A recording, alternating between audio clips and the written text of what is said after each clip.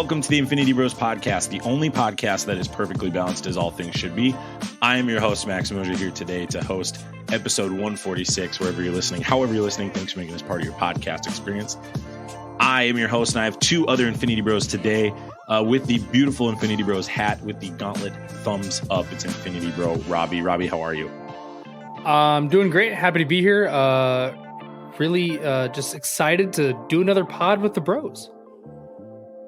And the man behind our social media and the person who has really seen our Twitter reach excellent heights. We're hoping we actually have some new listeners here today because of it. It's Isaac Edlund. Isaac, how are you? I'm doing great. Nowhere to go but up, you know? Literally. On this podcast, we cannot go any lower than we've been. Couple housekeeping items. Isaac, you had a child. I did. Yep.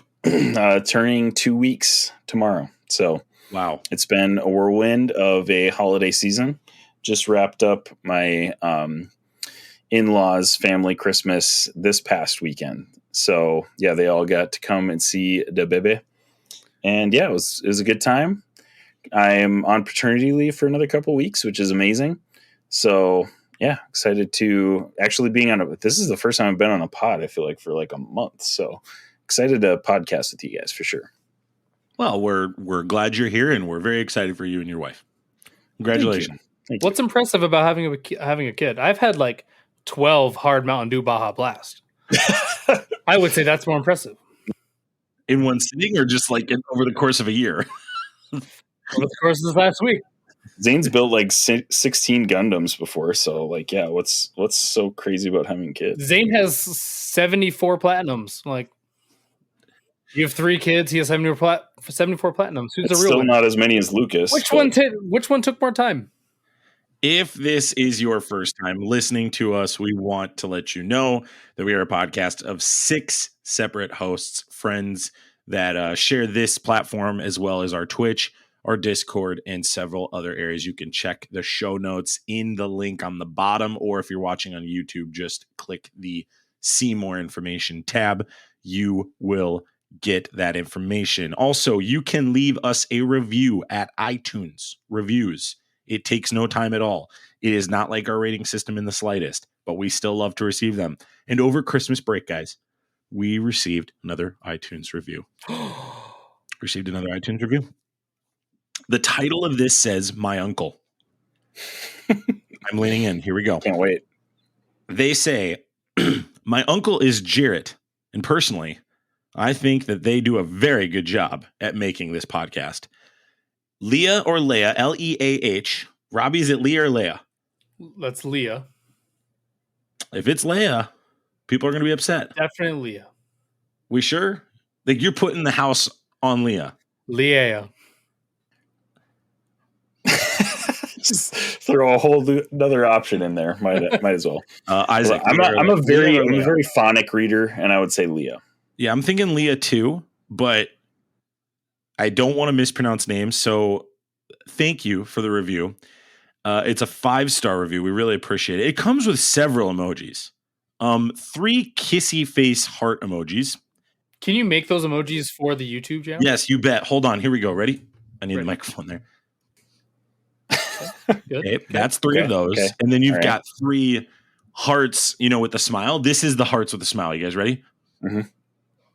That's that. I can see this. I can see the hearts. I can see it. Yeah. Yep. You saw the hearts. And if you're podcasting, there's nothing better than being told see, and then nothing happens. You'd always check out the YouTube. You've got a crown. You've got the rock on emoji. You've got the 2 hands forming a heart emoji. And then you have the silly face with the tongue out emoji. So it's like this. Yeah, again, great podcasting. Is it just one eye or is it both? One eye. Yep, it's the one. Yep, it's the one with the wink. Yeah, absolutely. Yeah. So perfect. Rich history on our podcast. I like to rate these. I'm going to give this a 5 out of 6. Really great review, really strong review. You're referencing a great Infinity Bro, but here's my problem. It's the people don't get this. Where's the reference to belittling Zane? Right. True. When will these people learn? Right.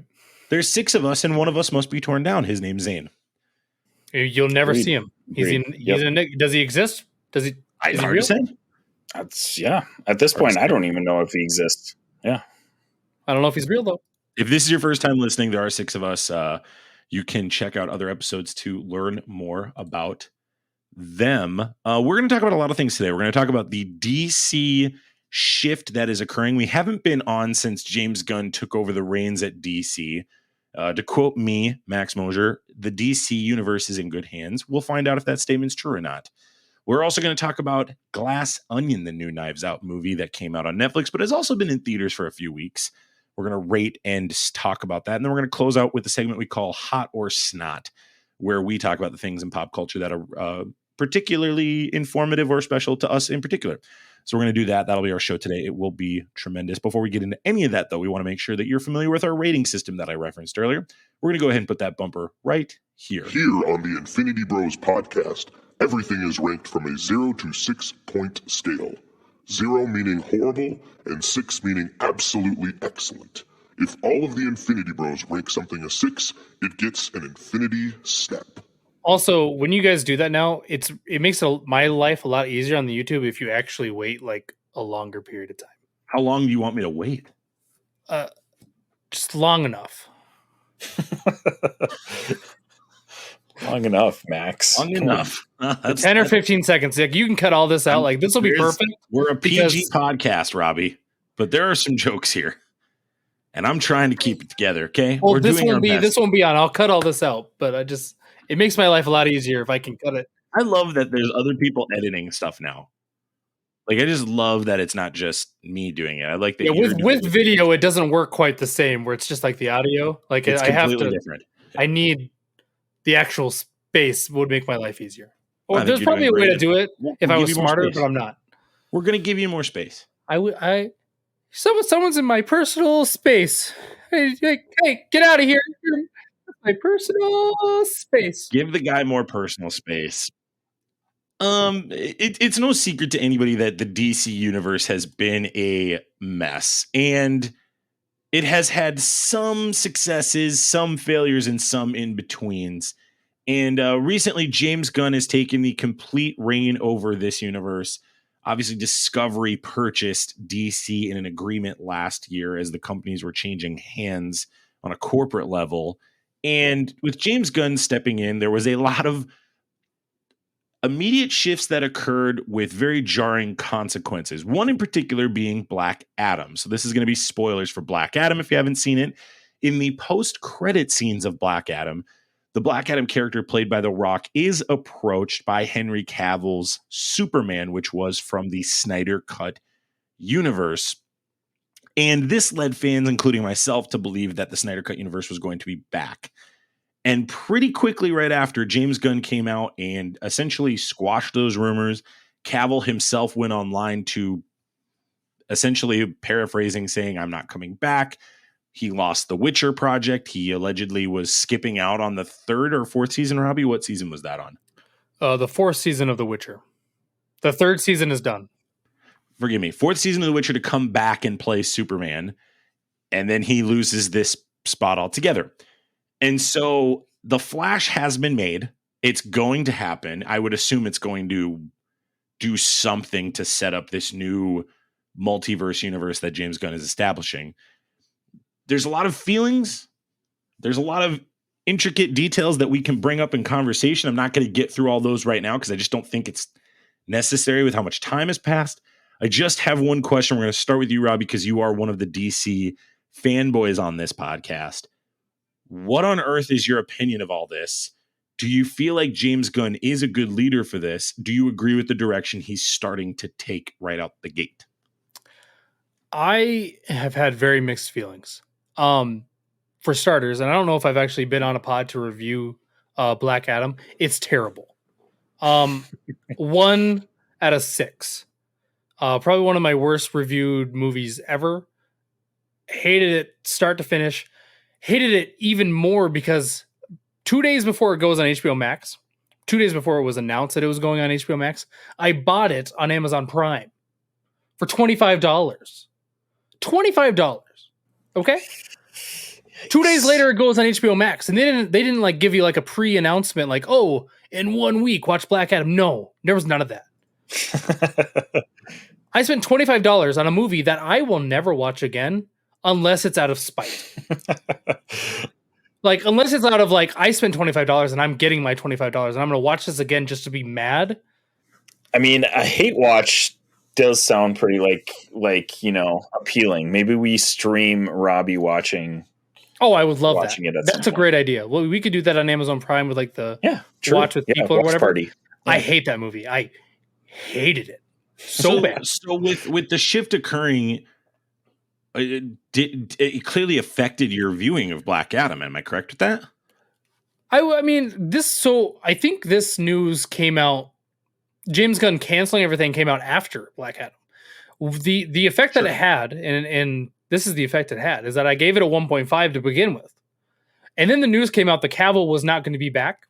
And I took 0.5 points away from it because 0.5 of the entire movie was just Henry Cavill being there for 3 seconds. Exactly.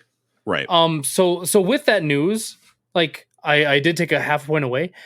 I could have given it more points knowing that I would never have to see The Rock as Black Adam again. That could be a positive for me, because for a guy that has spent 12 years hyping up a film to make that garbage and to just pretend to be himself in a Black Adam costume, to be that mediocre after that much hype, was the worst crap. And then he's like, I'm training, like he does all these training videos like about like, I'm training to be Black Adam, the hierarchy of the DC universe is changing. Like, you wore a black, like, full suit the entire time. He showed his muscles once. And I know that's a little thing that I've probably only paid attention to, but it's like, you keep saying that you're working out to be like the best fit Black Adam. It's like, but you were in costume the entire time. And then you attempted to make the same Man in Black joke 3 times, and it wasn't funny once. You could check out the review of Black Adam. I'll actually put a link in the show notes, and Robbie will put that on YouTube. No, you're good. We talked about this. One of our other Infinity Bros, Mark, who is also a DC fanboy, was much more gracious of this film. I was not around The Rock.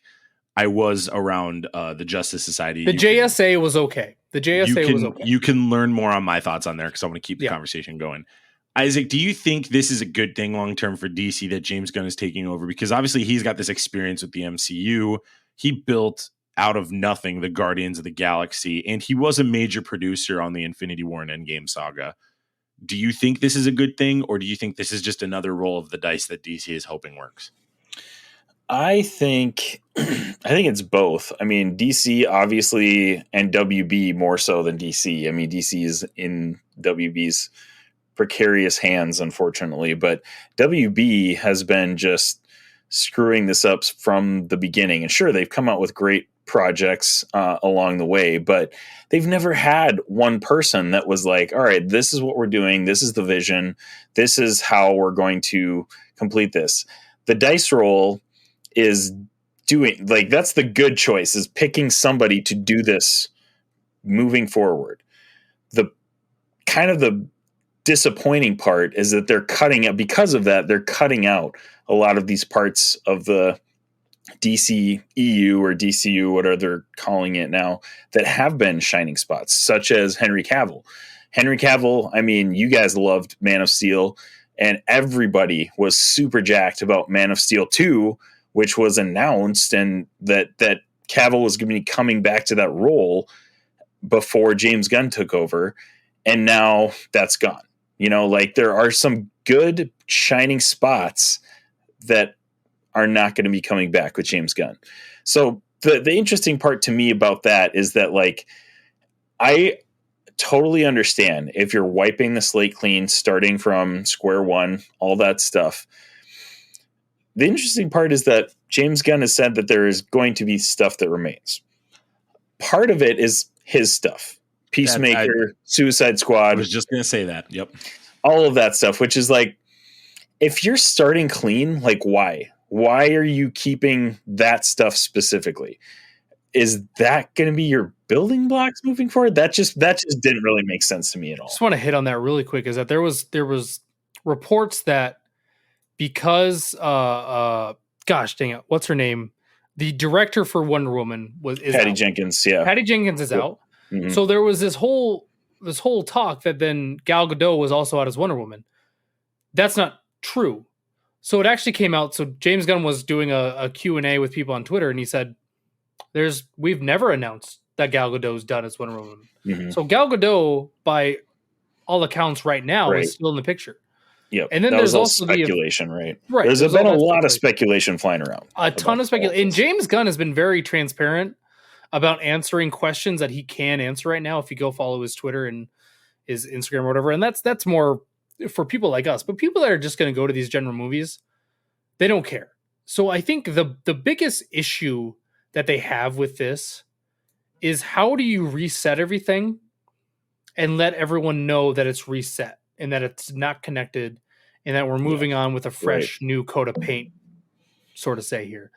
So he has an uphill battle. And I think James Gunn, like Max has said, is DC's in good hands. They're in good hands now. They have not been in good hands since Max had said they were in good hands. I would say they're in good hands now. I really thought when they had Alan Horn in there, who was with Disney and who was very influential in making sure that Perlmutter didn't get his way with Feige, I really thought that was it. And I said that, and I obviously was very wrong. I mean, DC is they're such a mess. They're a mess. Absolutely. I'll be very clear here. I think James Gunn's the right choice, but James Gunn's in his own way here. If he sticks with the Peacemaker people, he cannot do this. And the problem is he can't not do it because his wife's one of the people. So he's damned either way, and this is a really big problem for James Gunn. So why do you not think he can be the cornerstone of this universe? I'm sorry. Oh, you think he's going to use Peacemaker as a cornerstone? I think that's his only bet. I took Peacemaker as this is a show, like that's the show cornerstone, and maybe like Suicide Squad will build off the that. Suicide Squad would be technically the bigger project, and that's fine. But my problem is that I just think people you don't even have to have Man of Steel connected. Just bring back Cavill. Say, hey, we're doing it again with you. We're going to do a different movie, and the audience is. Guys, the audience is smart. We can do this.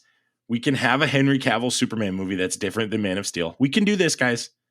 We are capable of this. These are. I just don't understand. He is so it for the role. He is so Superman, and it doesn't make any sense that they're moving on from him. And I was a fan of Zack Snyder and some of the things he did. A lot of things I wasn't a fan of, but I was not a fan of how he treated Superman. He continually, and I'll make this comparison, he treated Superman how Marvel treats Captain Marvel. She comes in, she does her thing, she saves the day, and she flies away. That's how he's treated Superman. Besides the Man of Steel movie. The Man of Steel movie was a really good movie that for some reason got hated on. But Superman as a character is a loving, like peaceful, gentle soul that requires a high level of acting, in my opinion, and they never used Henry Cavill for that. Go watch if you haven't. He has the range of like. Well, that's what I'm saying. If you wait, watch Man from U.N.C.L.E. and try to tell me that Henry Cavill can't act. That guy is a great actor. Mm-hmm. But so many people have only seen him in these small roles where he grunts and he says like these one-liners like The Witcher and Man of Steel. The dude is a great actor and has that freaking smile that he is the perfect Superman, and they've wasted him. And I disagree on the Captain Marvel comparison, but that's for another time. But I do agree that he has the acting chops in regards to he can act, he's got the physique, he's committed to the character. And I would agree with you that where Snyder dropped the ball is he made Superman in the one flaw in Man of Steel, even though it's one of my favorite movies ever made, is that Superman treats this as a burden. In the comics, Superman does not treat it as a burden. To quote Vision in Age of Ultron, it's a privilege. He looks at this like, this is an honor that I would get to fight on behalf of these people. And I'm a Christian. So like the other part for me that really I love and resonates with me is he is very much like Jesus Christ. If you look at how he's written, how he came to earth, etc., there's just a lot of comparisons that I would give to Jesus Christ in that. And so I just love Superman as well as that character too. But no, I my fear with James Gunn, guys, is that he's going to be so tied to this like quirky Peacemaker Suicide Squad group that he's going to lose the forest for the trees here. And yes, we want to make DC more fun and goofy, and I know he will make that a priority.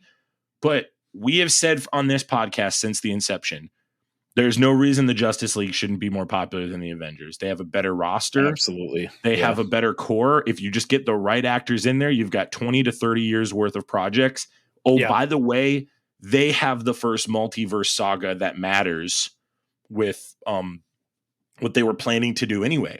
So you can still do that if you're DC. You could still call everybody back that's old. And I mean, Marvel's going to beat them to the punch probably with this Kang Dynasty stuff. But like, DC can do it, and I think it's going to mean a little more when Michael Keaton comes in than when Marvel brings back Robert Downey Jr.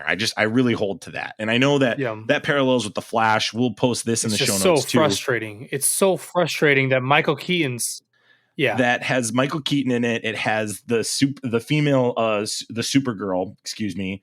That I don't even know what it doesn't look anything like Supergirl from the comics, but it's neither here nor there. And it's Ezra Miller, and you'll see a link to this in the show notes. Robbie, your comparison, we talked pre-show, is this is CW. Can you kind of tell me a little more of that? Like, what are your thoughts on seeing this? I just, my whole thoughts on this whole Flash thing and why, like, there's all these properties that they decided that they're not going to move forward with, but they're going to move forward with the Flash with, like, Ezra Miller, who's become this polarizing figure who's done a lot of seemingly terrible things. And we're moving forward with that, but not with these other projects. And my only assumption is that they got Michael Keaton back, so they have to move forward. I think it's the money. I think they already filmed it, and they're like, we're going to lose hundreds of millions if we don't release this. We have to try. And like my thought, and I think Max, you hit on this earlier, is that they're going to use this to reset everything. Sure. That's my assumption. It has to reset everything, and it has to do a good job explaining that. And then we just move forward from there with the James Gunn universe. That's the only reason I see why they're moving forward with this movie, because they've already proven that they're willing to just forego millions of dollars and never release a movie rather than release something that they don't think is like quality. Like they did that with Justice League. With Batgirl. Batgirl too. They decided not to release. Saying like, which makes no sense because they have HBO Max in their pocket. They could just be like, here's Batgirl. Like, don't even have to promote it. Just put it on there. It's there. It's already filmed. It's done. But they're like, no, we don't want to put this. But then they put out Black Adam because The Rock's in it. I really don't know what's going on. I wish, here's what I would be totally okay with. DC, just stop doing anything for a year. Nuke everything for a year or two. Agreed. And then come back. And that's the problem with James Gunn. The only problem with James Gunn is he's too tied to this Peacemaker stuff, Robbie. I'm 100% with you. Yeah. If they looked at this and said, look, guys, here's what we got to do. We're going to release The Flash, and at the end of it, we're going to tell you right now, it's going to have an ambiguous ending because, one, we don't really like Ezra Miller, and we're definitely not bringing him back to play this character. No, you guys all know this, right? Not. So let's end this all with a bang. Let's all have an understanding that Ezra Miller's not coming back for this. Even if you guys love this movie, we're not bringing him back. We're just giving you a heads up. This is a finality ending. Let's celebrate Michael Keaton being in this movie. And let's, you know what? If the next rendition of this 10, 15 years from now goes around and Michael Keaton's still able to walk, then we'll talk about that then. But you've got to understand, we got to nuke this thing. And I don't understand how some of it can stay and some of it can't. I don't get it. And it doesn't make sense. And why is Henry Cavill on the chopping block? Right. Why is that the guy that's got to go? It's just not fair. Yep. Yeah. And I hate it for The Witcher because, like, I don't like The Witcher, but he was invested in that property and he sacrificed it to come back. Probably because of The Rock. I think The Rock really. So, well, there's another, like, he's also doing The Rock leveraged Warhammer and said, I'll have your back. And I think even The Rock couldn't save this. Yeah. So he's also doing the Warhammer show, which is Henry Cavill is the nerdiest dude in the world. That is also the most attractive man in the world. That gets to just do these amazing projects. Like, he's my man crush. So Warhammer is his number one thing. Like that's the thing he always comes back to in any interview he's ever done. That like gets to a nerdy point where he's like talking about The Witcher, talking about Superman and comics. He can come back to Warhammer, and that's his thing. So I think a lot of news has been said that he left The Witcher to become Superman again. I think actually bigger for him is that he did it to go do the Warhammer bit. And I don't think any of us piece of perspective. I like that. I don't think any of us are big Warhammer guys. Jarrett might know a little bit. I know a very little bit about Warhammer. But I think that's actually his main reason. It does suck that we're losing him as The Witcher because he's also a guy that loves The Witcher content. Like, and I'm probably the biggest Witcher guy in our group. But Henry Cavill like knows everything about The Witcher, and there was reports that like he was like getting mad at people season 3 because like they wanted Geralt to do certain things. Geralt is the character he plays in The Witcher, and he was like Geralt wouldn't do that, and they were like, well, we're gonna do it anyway. So there was like reports that he was getting mad at people, even though he knows more about that character than any of them. So I think there's some miscommunication on why certain things are being done, but that's just a little insight to the world of Henry Cavill. For his sake, I hope that's true, because for him to be done being a character that he has put so much time and investment and that he actually loves being a part of, for him to quit being that role to come back as Superman, which I think he also really loves, only to have the rug pulled out from under him would just be tragic. So, and one other note too, in that series of tweets that James Gunn tweeted out, he said that Henry Cavill would be replaced by a younger Superman, but he also said that they're leaving it open for him to come back in the future. So it's possible that we could get him back as a multiverse, Superman, or possibly. I mean, I know you mentioned this, Robbie, do that. Right. It's going to be a while, but a Kingdom Come Superman, or exactly. Something. That's exactly. I was gonna point that out. It's like he is the perfect Kingdom Come Superman. Right. Just put some salt and pepper in that. And James Cameron keeps sharing photos of Kingdom Come. I think that's where he wants to go, and I don't think Henry Cavill is done. I really don't. I think this is all kind of a little bit of a smoke show. Like, I think it's true that he's done being our like movie to movie Superman, but I think he's going to be back, kind of like RDJ. Like RDJ is going to be back. Like, yeah. We're going to pivot real quick. So we're recording on January 1st, and this literally just came up 3 minutes ago. So we're going to not report on it. We're going to discuss it right now, just because it's news and there's a chance that there could be some consequences to this. So Jeremy Renner is in stable but critical condition after a weather-related accident. This is coming January 1st at 11:11 Eastern. He's hospitalized in Reno, Nevada on January 1st after suffering an accident plowing snow. A statement from the actor's representatives indicated that Renner is in critical but stable condition with injuries suffered after experiencing a weather-related accident while plowing snow today. There's no word on the actor's current health other than the rep saying his family is with him and he's receiving excellent care. It sounds to me like critical condition is something happened to his body, but he's not dying. I'm having a difficult time processing that, because stable but critical condition is an interesting way to phrase that. Jeremy Renner, obviously, who plays Hawkeye in the Marvel Cinematic Universe, and the changing of the guard has kind of already started to take place with that character, ironically. What are your thoughts on this? Just immediate thoughts. Robbie, go ahead. First, like you said earlier, we are Christian on the spot, so prayers to his family and him, and absolutely for a speedy recovery. Like, that's terrible. I like, it's weird. You read it, and it's like it's a plowing snow accident, which it's like, was he plowing snow? Was someone else plowing snow and he got in the way? Like, so that does make me worry that it's a body part, I suppose. But hopefully he's okay.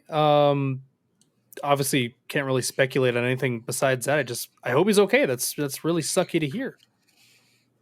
I mean, yeah, as somebody who lives in Minnesota, we all live in Minnesota. Like, it's no fooling. Like, get caught up in these plows, or you do something, you make one stupid move with a snowblower, like, things could get bad. We can't speculate past that. We don't really know.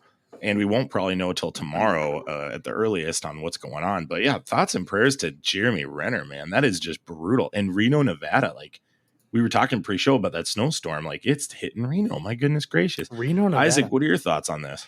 Yeah, I mean, basically what you guys have already mentioned, just thoughts and prayers out to him and his family. Hopefully he pulls out of it okay. But I mean, critical but stable condition is basically just hubbub for saying that he is in the hospital. Like that basically means nothing. So we'll see what happens. Why didn't you say that right out the gate? Well, Isaac? You're a nurse. Isaac is a nurse. We got to preface that if you haven't listened to our pod before. Isaac is an actual nurse. It's basically speak for we don't really know what's going on with him and he's in the hospital. Like that's press speak for that's what's happening. So Isaac, if I'm plowing my snow, whatever. Someone gets stuck in the blower. I put my arm in and it tears my arm off. And I come in and I've lost a lot of blood. The newspaper calls you and they're like, is he dying? Is he alive? What would you say? Well, first of all, I wouldn't because that's HIPAA. And I don't care. I don't care. You have to say, how am I doing? Answer. Okay, so technically, everybody that is admitted to the hospital is basically in stable condition because you do the stabilization when they come to the emergency department. And when they get admitted to the hospital, generally they're stable. Like, I mean, there are definitely exceptions. There's definitely people that are not stable. But if that's the case, they're probably in super duper critical, a situation. And this could be the case. Maybe it's not. You got it.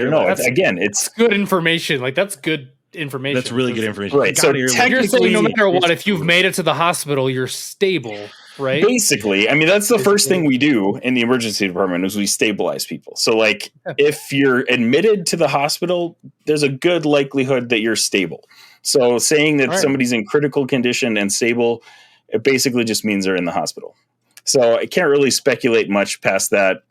But again, terrible when something like this happens, and hopefully he makes it through because I mean he's still a part of the MCU and he will definitely have a role in Kang Dynasty, Secret Wars coming down the road. So that's great. Well, and obviously too, like those things, he got airlifted, so like clearly it was bad enough for him to get airlifted. That definitely means that's a bigger deal if you get airlifted. Yeah, so something is very wrong with him, and it's very sad. So we will legitimately be praying for Jeremy Renner on that. Yeah, and he's good. He's a dude, a much less like a human being outside of a great actor, right? So like, we're definitely not making light of that. But Robbie, great point. Like Isaac is a nurse and works in an ER setting, so like this is really good feedback and information to understand on that. So check socials to keep posted on that. So let's transition over to Knives Out, the new movie Glass Onion on Netflix. Before we review this movie, Robbie, it's tough to make transitions from that, guys. We're sorry about that. It's really jarring. Forgive us if that's a jarring transition, everybody. But we just found out about it, so I had to like keep going. What was your thought on the first Knives Out movie, Isaac? What would you rate the first Knives Out movie? I absolutely loved Knives Out, the first one. So I actually came really late to that one. I think the first time I watched it was either late last year or early this year, honestly. And I think my recollection is foggy on this, but Netflix obtained Knives Out and then obtained it wasn't a Netflix movie when it came out initially, Knives Out, right? Correct me if I'm wrong. I believe that was on Amazon Prime that I first. I think it came out in theaters and stuff like initially. Like I don't think it was a streaming movie. I don't remember. But I think it was pre-COVID too. It was a while ago. But anyways, so I just recently watched it and I was like, man, I missed out. Knives Out is a fantastic movie. Sure. Absolutely love the, kind of murder mystery vibe it's got to it. And it was something like fresh and new that we hadn't seen for a while. So I thought Knives Out was fantastic. I gave that one a 6 out of 6. And I was very much looking forward to Glass Onion dropping on Netflix. I give the first Knives Out a 5 out of 6. I really liked it. I didn't think it was a masterpiece like a lot of people thought it was. I did think there were some clunky, slow parts in the film. It's incredible acting, and the ensemble is what you come for, right? And Rian Johnson is a very jarring writer and director, obviously, given his history with Star Wars. So, with Ryan Johnson, you're just going to get a unique telling of a story, which I really appreciate with him. So 5 out of 6, the first one, I really, really liked it, but it left me a little, just a little more would have been nice. Yep. I have watched it multiple times and that hasn't changed since though. So Robbie, what are your thoughts? I'm kind of there with you, Max. I really enjoyed the first Knives Out movie, and I've only watched it once, and that was when I first saw it on whichever streaming service it was out on. But I give it about if I remember right, I give it a 5 out of 6. It's a good mystery solver movie. Like, I don't think it's like world changing. Like, there's lots of like mystery solving movies out there. I don't know why it caught on as much as it did in pop culture, but for some reason it did. It's a really good movie. It's enjoyable. Like, I recommend it to everyone else.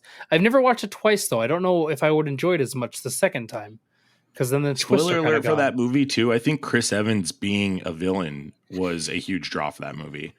I think Chris Evans being a villain was one of my favorite parts of that movie. It was. I think that's why that became a pop culture thing. To be honest, Robbie, I think it's. But now he's been a villain in a few things, so it's like not as big of a deal. Yeah.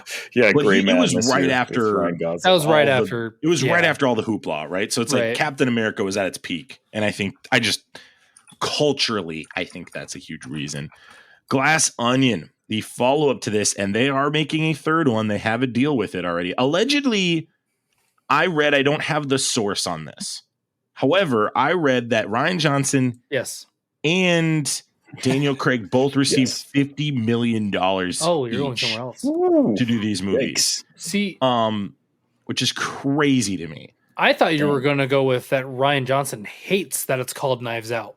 Yes, I do know that. That is confirmed. He has said he hates that it's a Knives Out mystery. He wishes it was just Glass Onion. Yeah. I think Netflix has to do that. I agree. I thought that was kind of silly. I think they have to call. I think a Knives Out mystery is fine. I think they should just call it Glass Onion, and then on the poster, like a little part says a Knives Out. Yeah, film. It doesn't need to be in the title, in my opinion. No, I agree. Written and directed by Ryan Johnson. Obviously, the storyline follows 5 longtime friends after being invited to a Greek island home of billionaire Miles Braun, their friend. All 5 know Braun from way back and owe their current wealth, fame, and careers to him. The main event is a murder weekend game with Braun to be the victim. In reality, they all have reasons to kill him. And also invited is Benoit Blanc, the world's greatest detective. This stars Daniel Craig, Edward Norton, Kate Hudson, Dave Bautista, Janelle Monáe, Catherine Hahn, Leslie Odom Jr., Jessica Henwick, Madeline Klein, Noah Sagan, Jackie Hoffman, Dallas Roberts, and a bunch of interesting cameos. So I'm not going to give those away because I do want to do a non-spoiler version for those that do want to check this out still. Wild cast. The cast is great, and I think the cameos are really clever and fun too. So we're going to do the non-spoiler part 2. I will give a bumper warning when we go into that, and you can skip ahead as well. Or if you're watching on YouTube, you can scroll ahead. I will go ahead and start with you, Robbie. What's your non-spoiler review of this movie, Glass Onion, a Knives Out mystery? Glass Onion, a Knives Out mystery. I give it a 5 out of 6, just like a Knives Out. Extremely good movie. Like, this is a perfect Netflix Friday night movie to watch with your significant other or whoever your other might be, or if you're like a certain Infinity Bro, a non-other that you might want to watch a murder mystery movie. It's a solid movie. I recommend it to everyone. I think it's a movie that everyone should watch.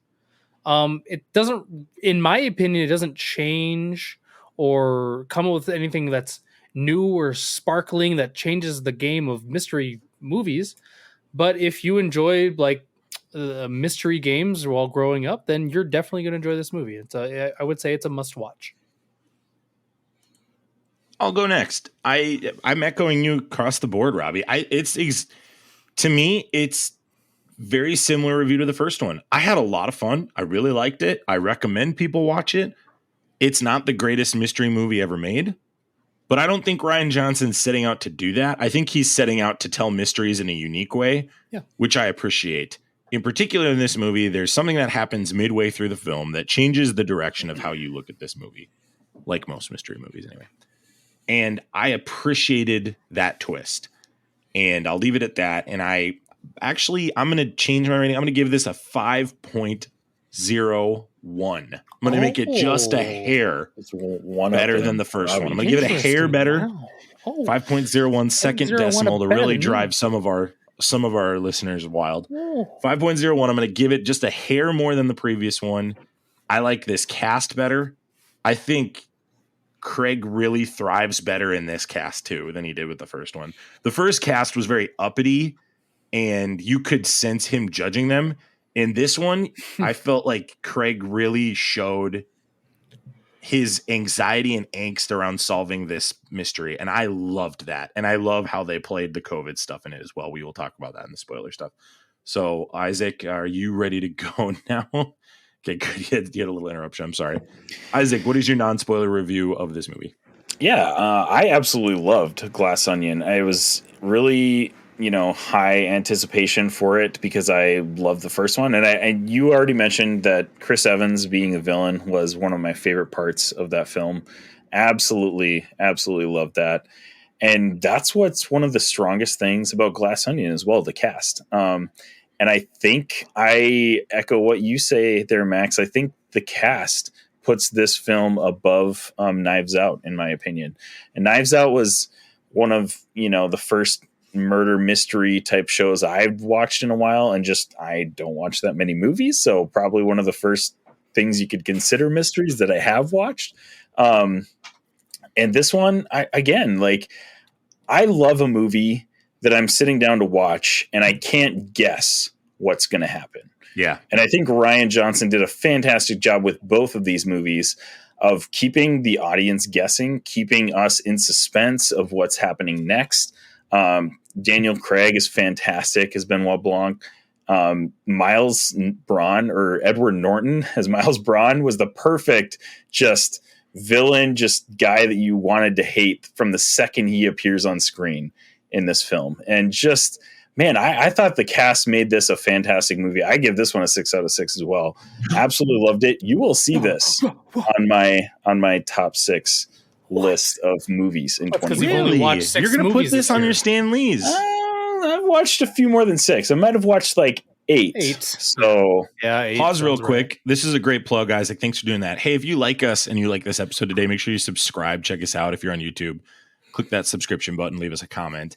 And make sure that you tune in next week. We're going to have the Stan Lee's. It's our annual thing we do the first week or two in the new year. We rate everything from the previous year. We do our top 6 lists, and we do an homage to Stan Lee, the creator of the Marvel's cinematic universe and comics and of itself. So make sure that you're checking that out and subscribing so you can check out that content. Isaac, thanks for doing that.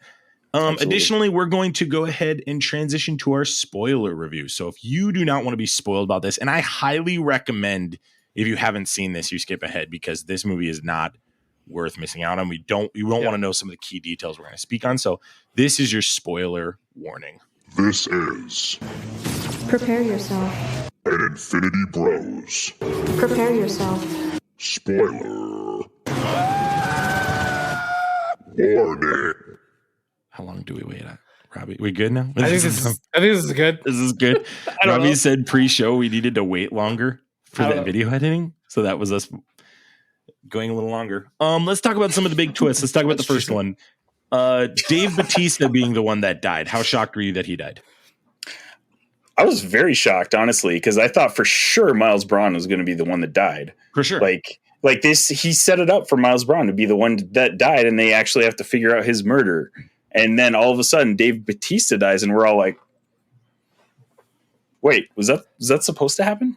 Was that okay? All right, let's roll with it." So that was very unexpected, in my opinion, and I loved it. Also, Dave Bautista, dude is a great actor, but like the fact that Rian Johnson is putting a men's rights influencer in his movie, just how perfect of timing is that when the internet is blowing up over Andrew Tate and all the stuff that's going on with him. Dude. It was just like, I saw this and I was like, chef's kiss. Yeah, great move. Just great move. Wow. Incredible. Let me talk on that point real quick while we're here on it. I think Rian Johnson really did a clever job of identifying all the key people that were under attack or being corrupt or being exposed for being corrupt during COVID-19. Absolutely. So you've got the actress, you've got the politician, you've got Elon the scientist, Elon Musk, you've the Twitch guy. You've just got all these different people, and what is the unique common bond of all of them? They're all being paid by one guy. And I really appreciated how Rian Johnson addressed that. I really appreciated in the ending that Rian Johnson made a mockery of the billionaire and said, like, no, you're an idiot. You're not smart. You're a fool. You just have a lot of money and gadgets that make you look smart. Your glass onion is just a glass onion. It's see right through. We can figure it out. You put everything right in front of us. And how LeBlanc figured out how he figured out. Sorry. I realized I called him LeBlanc, like Matt LeBlanc from Friends. It's Blanc. I'm sorry. Not Fair LeBlanc. enough. Sorry. Matt LeBlanc. When Blanc figured out the original mystery that they were going to be there all weekend to do, I loved that. I just loved that it was nothing. Fantastic. That it was favorite. like, that was my favorite scene. Like, it was a good movie, but that was my so favorite scene. I was like, that Daniel Craig out here, just James Gunn the bit. Edward Norton is just pissed. He's just like, oh my, I can't believe this guy. Edward Norton is just like, son of a bee. The fact that they got Edward Norton to come and act in this movie, I thought was fantastic. Can I touch on that real quick? Edward Norton, for whatever reason, is one of my favorite actors. Which is the whole reason, it's a whole reason, like, I don't like Mark Ruffalo as the Hulk, is because I love Edward Norton. And I don't know why. It's just something about how Edward Norton is. I think Edward Norton has... because he's a total douche in real life, and it translates to the screen. And here's the thing. This might be blasphemous to some. It's the Kobe effect. He is so committed to his craft that he is a literal douche, and you probably can't get along with him.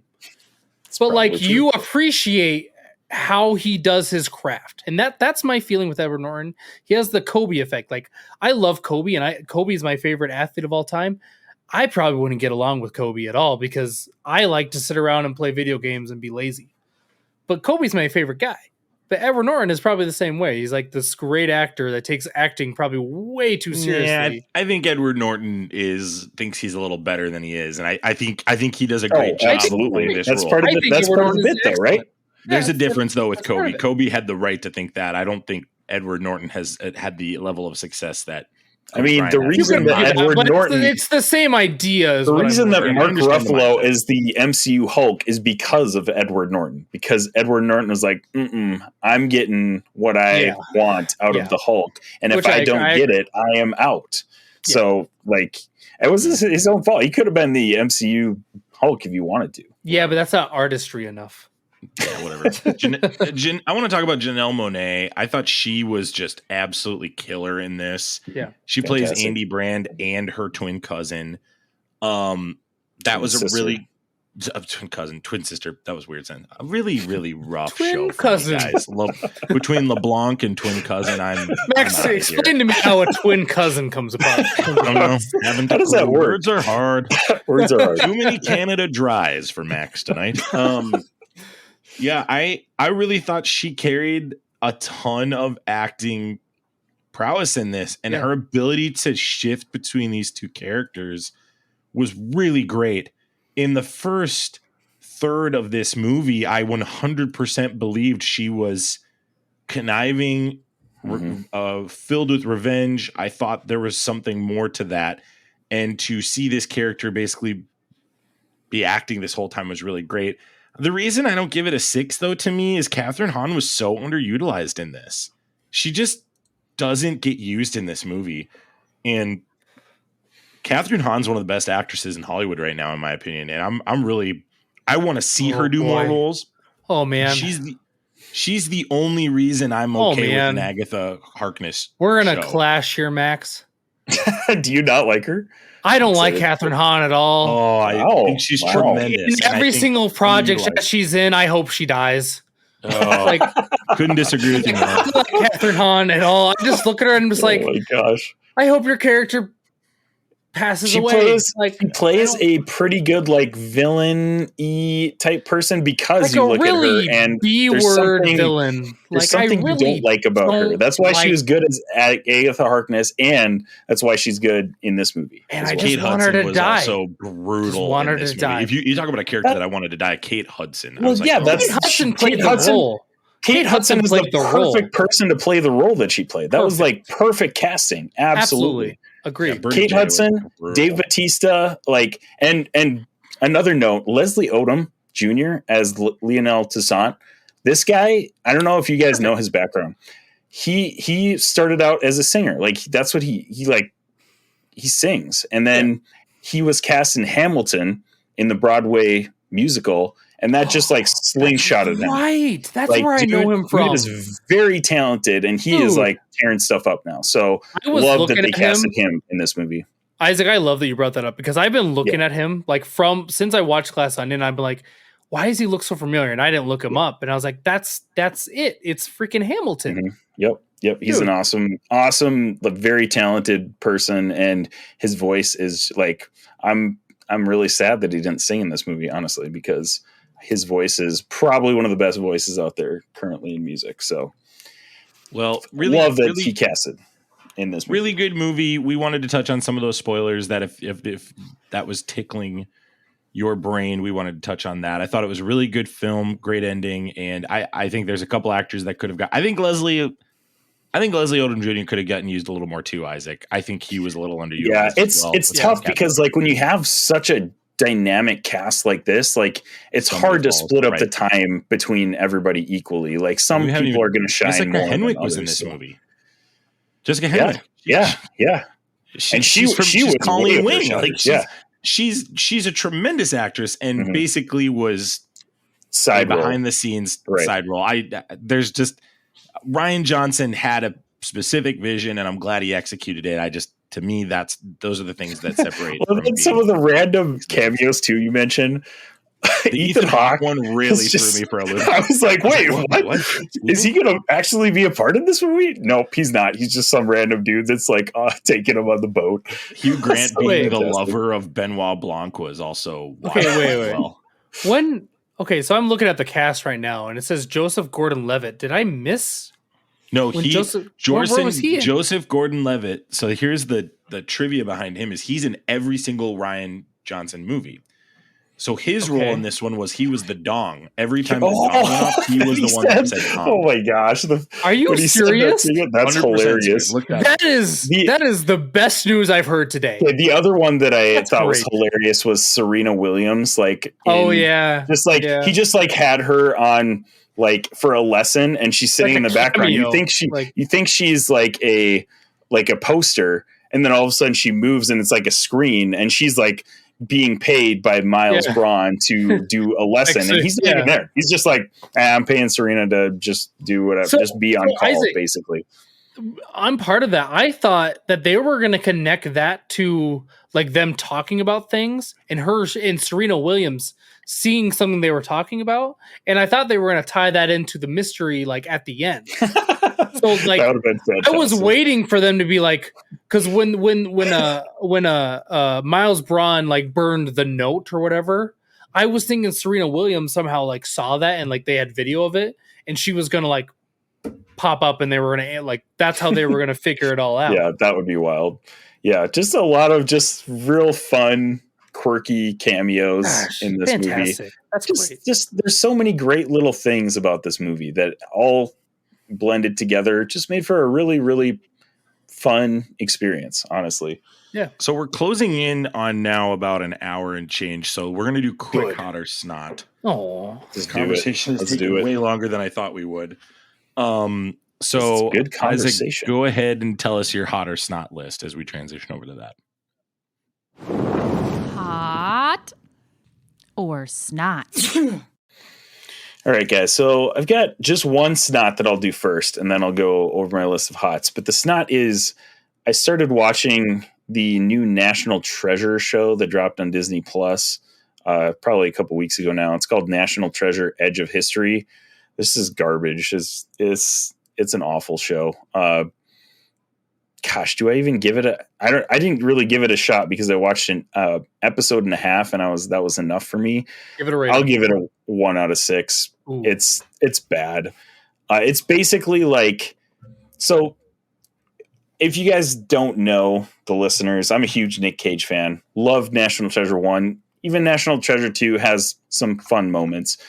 But the reason those movies work is because of Nicolas Cage.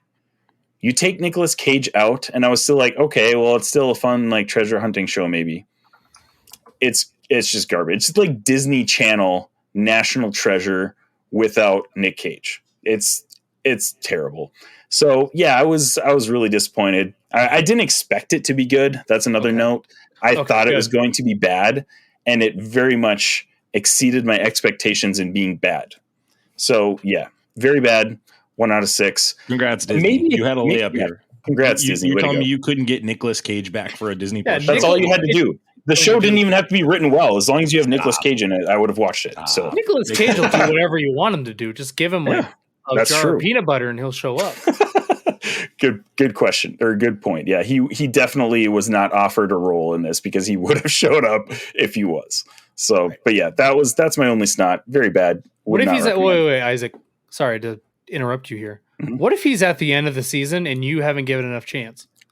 What if he's in there somewhere? I have to trudge through all of the crap that is that show to get to my Nicolas Cage. Hey, Isaac, I got you. I'm gonna look it up. Look it up for me. Yeah, exactly. That way I don't have to put myself through hell. Oh gosh, yeah. So, but anyways, like I don't know if you're into like the Disney Channel vibe. I guess maybe you could enjoy it, but like I was hoping for at least some good like treasure hunting stuff, and even the stuff that she does is it does not measure up, unfortunately. So yeah, that's my snot. A couple things on my hot. Well, Max is looking for that. I've been burning through season 1. He's not in season 1, but apparently they want to bring it back for season 2. Gosh, season 2. Are they going to make me watch through? They're going to make you watch season 1. A season and a half. Season 1. No, just skip season 1. Just skip to the parts that Nick Cage is in. Yeah, that's probably what I'll do. You have a Nick Cage shirt. You should do that. That's true. I'll bring that in for the next podcast. Ripped plug. Ripped ambassadors. Check out Ripped Apparel. They're awesome. All right, nice hot list. I've been burning through a ton of 2022 movies, and Top Gun Maverick, fantastic movie. I have to give it a 6 out of 6. There's like nothing that I can find bad about that movie, honestly. Like it's so stinking good. And whatever football scene they were doing, I find that bad, but that's it. I just couldn't understand. You're nuts. That scene was awesome. You're nuts. I was a little confused and like you thought it was weird. We're playing offense and defense at the same time. The best part. That's one of the best parts of the movie. No. What are you talking about? Of how they play that game. Max, we get it. You just wanted to see Miles Teller without his shirt on. Miles Teller, like Miles Teller is going to be our next Superman. Awesome. I'm calling it now. Just Miles so Teller. good. Miles Teller, next Superman. Calling it now. Anyways, Top Gun Maverick, fantastic. It's definitely going to be on my top 6 list for 2022. Second movie that I'm going to put on my hot, Everything Everywhere All at Once. Finally got around to watching that. Absolutely fantastic movie. Again, that one is probably also going to be on my list. There's so many good ones that came out, and I'm just now getting around to watch them. So at least they'll be fresh in my mind for when I make my list. So that's nice, I guess. But yeah, it'll be tough to pick between all of these, especially the shows. There's so many good shows. And then my number 3, and this is probably my highest one, is Marvel's Midnight Suns. Picked that up when it released a month and a half ago now. And this game is tailor-made for me and Zane. This is a strategy, turn-based combat with card drawing, and I absolutely love it. It is fantastic. Will say the graphics look like PS3 graphics. So if you're going in for a graphic masterpiece, it's gonna disappoint you. You telling me Marvel failed at graphics again? Unfortunately, yes. What they lack in graphics, they make up for in. Marvel's great at making video games that feel like comic books. They don't feel like movies. They don't feel like like real life. They feel like they're comic books. Marvel's Midnight Suns feels like you are literally reading a comic book. That's a good sell. That's the storyline. So I absolutely love that about it. Absolutely love the combat, the gameplay. That's what I'm just getting drawn to with this game. Going to be finishing it hopefully in the next few weeks here of 2023. So that's my highest hot. Recommend that. Go check it out. Robbie, what are your hot snots? Oh, we're going to me. I'll do snot first. I have one snot because we already hit on all my other snots, which is all the DC news. And this is a really out of left field snot, but I finally got around to listen to the Lord of the Rings books on Audible. Mainly because we drove back for Christmas, which is like a 5-hour drive for me. So I got 10 hours into Lord of the Rings. Nice. And I got into this chapter, the Tom Bombadil chapter. Yes. Okay? So we're listening to this, and I'm like, this character is freaking fantastic. If you want to get into the lore of Lord of the Rings, he's essentially a god. Okay? But Peter Jackson filmed scenes with him for Lord of the Rings, but then cut him out because he didn't progress the story, which, sure, that's accurate.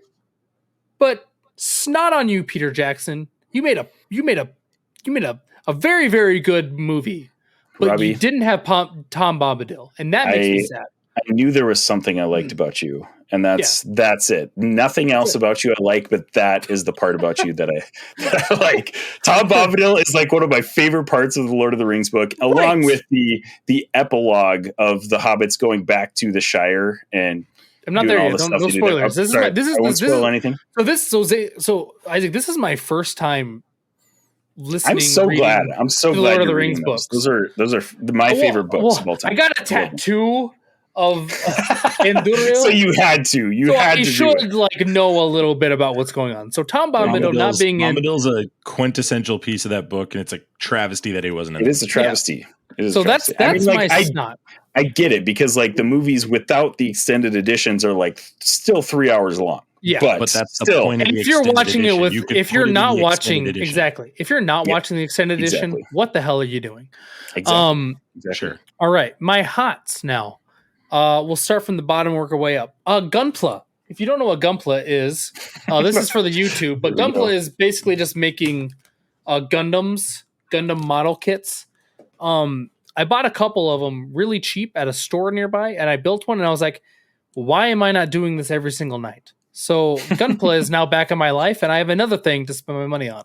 Gunpla, Gundam. If you didn't have enough things to spend money on, now, just add that right on top.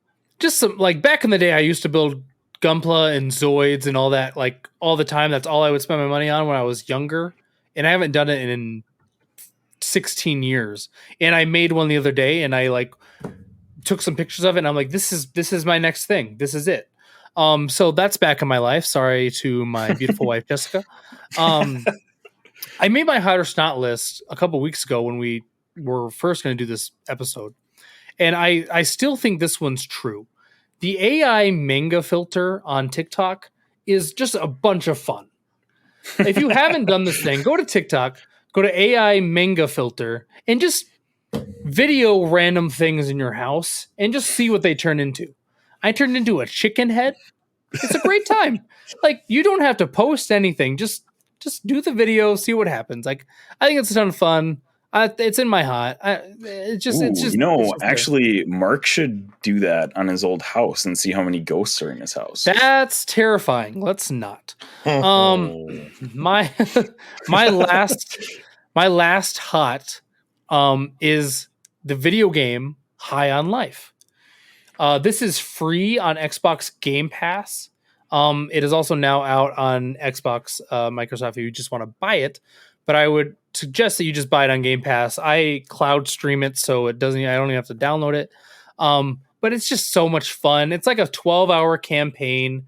If you like Rick and Morty or Family Guy or anything in that realm of stupid jokes, you will love this video game. It's an FPS shooter with just a bunch of random joke cameos and whatnot. Excellent video game. to sink 15 hours of your life into just to have a lot of fun. That's my hots. Nice. Okay, I'll go next. I'm going to keep mine Pokemon themed because I want to be different. No, that's I'm so going to start different. with my. I'm so different. I'm going to start with my So snot. different. I am. This is a mix. I'm thrilled that Ash is the world champion in the universe. Yeah. So we're doing a watch. My children and I, they're very into Pokemon right now, and so when my wife is gone for work, we will watch the original animated series. And so we're on season 2 right now of that. And it's just really great ride. The show still holds up, and it's really weird how many great morals are in this show as well. They do a great job of balancing morals and like treating people well. I really like that about Pokemon, the original, for little kids. So Ash winning this world championship, I haven't seen the episodes. I've just heard the news. I think it's great. I think it's an absolute travesty that Pokemon is moving on from that character. I think that character should just permanently be going from world to world. You've done it for 25 years. Why are we stopping now to change characters? So I'm going to snot that. I think it's a terrible decision by the Pokemon company, but it's not going to matter. They're still going to be pumping out Pokemon, no problem. So, but I'm going to go ahead and hot Pokemon Scarlet. I bought this game last week.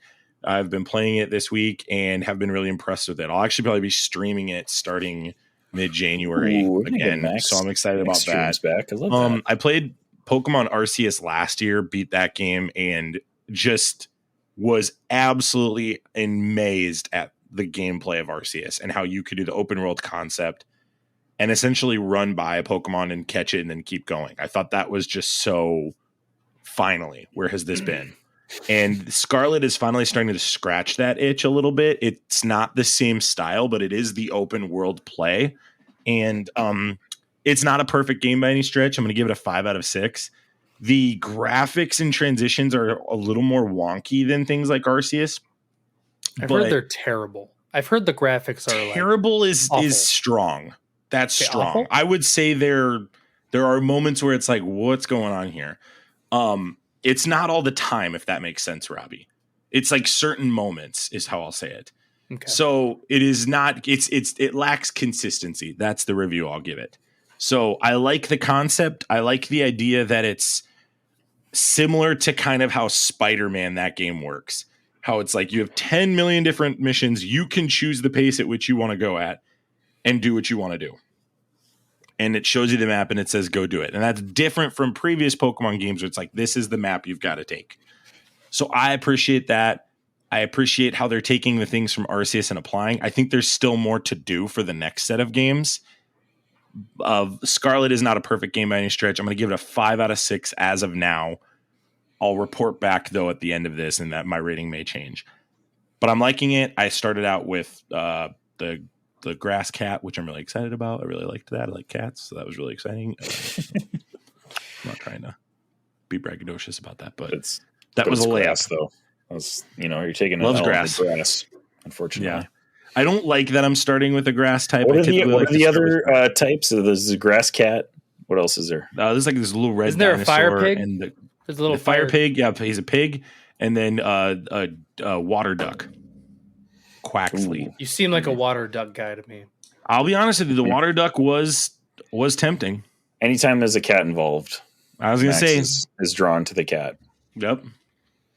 So that's my hot or snot. I have some other things, but we're running low on show time, so I would like to save them for another time. So, Robbie, thank you for swinging by today and joining the Infinity Bros podcast, and hopefully our new listeners enjoyed you. I don't doubt that they did or did not. Debatable. That was a neutral answer. That didn't make any sense. That's Robbie for you. Here I am. Love you. Thanks for being here. Love the show. Glad that we got another podcast out. Can't wait to see people in our live show.